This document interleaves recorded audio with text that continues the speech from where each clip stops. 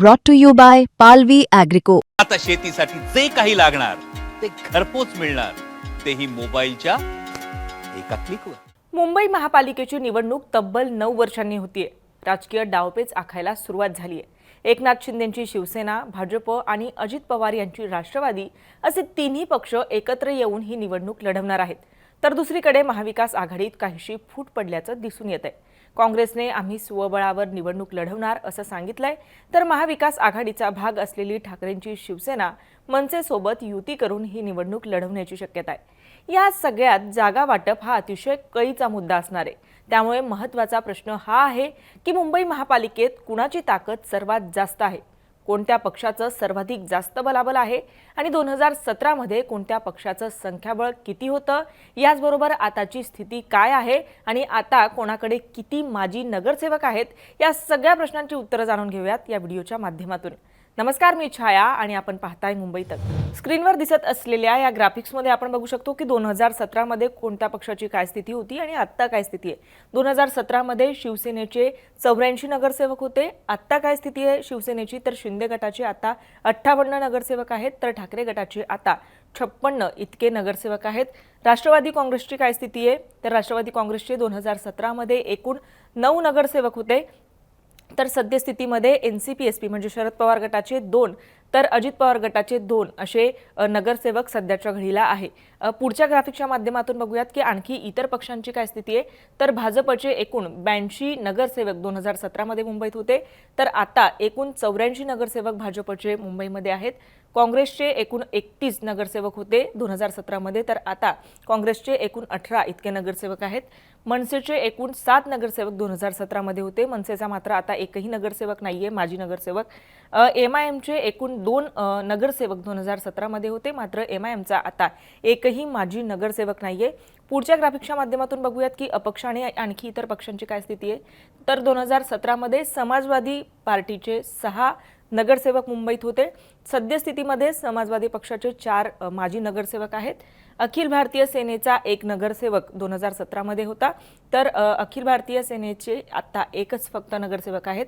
अपक्ष किती नगरसेवक होते निवडून आलेले 2017 मध्ये, तर एकूण 5 नगरसेवक अपक्ष हे निवडून आलेले होते.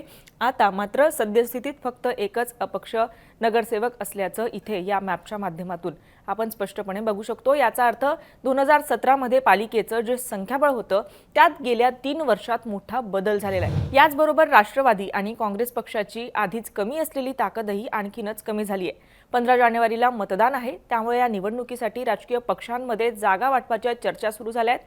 जागा वाटपात 2017 मध्ये कोणती जागा कोणत्या पक्षाकडे होती या मुद्द्याला महत्त्व दिलं जाणार आहे. मात्र 2017चे मुंबई महापालिकेतील जे संख्याबळ होतं त्यात गेल्या 9 वर्षात मोठे बदल झालेले आहेत.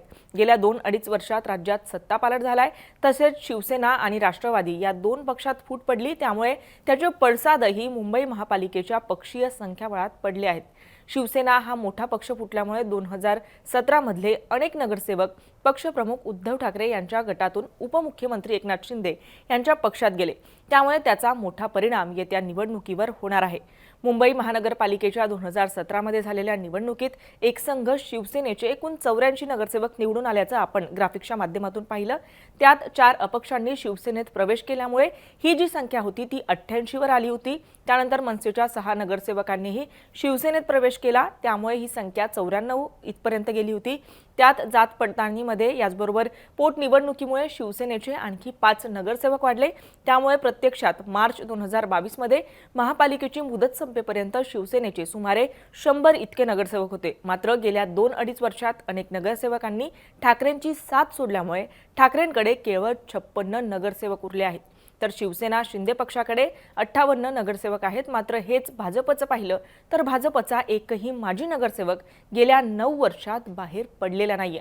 मात्र ठाकरे यांच्या पक्षातील तेजस्वी घोसाळकर आणि काँग्रेसच्या श्वेता कोरगावकर यांनी भाजपमध्ये प्रवेश केल्यामुळे भाजपकडच्या माजी नगरसेवकांची संख्या 84 झाली आहे. याचबरोबर हे सुद्धा लक्षात घ्यायला हवं की 2017च्या माजी नगरसेवकांपैकी शिवसेना ठाकरे गट पक्षाचे अनंत नर, भाजपचे पराग शहा, समाजवादी पक्षाचे रईस शेख, शिवसेना शिंदे गटाचे दिलीप लांडे हे माजी नगरसेवक आमदार झाले आहेत.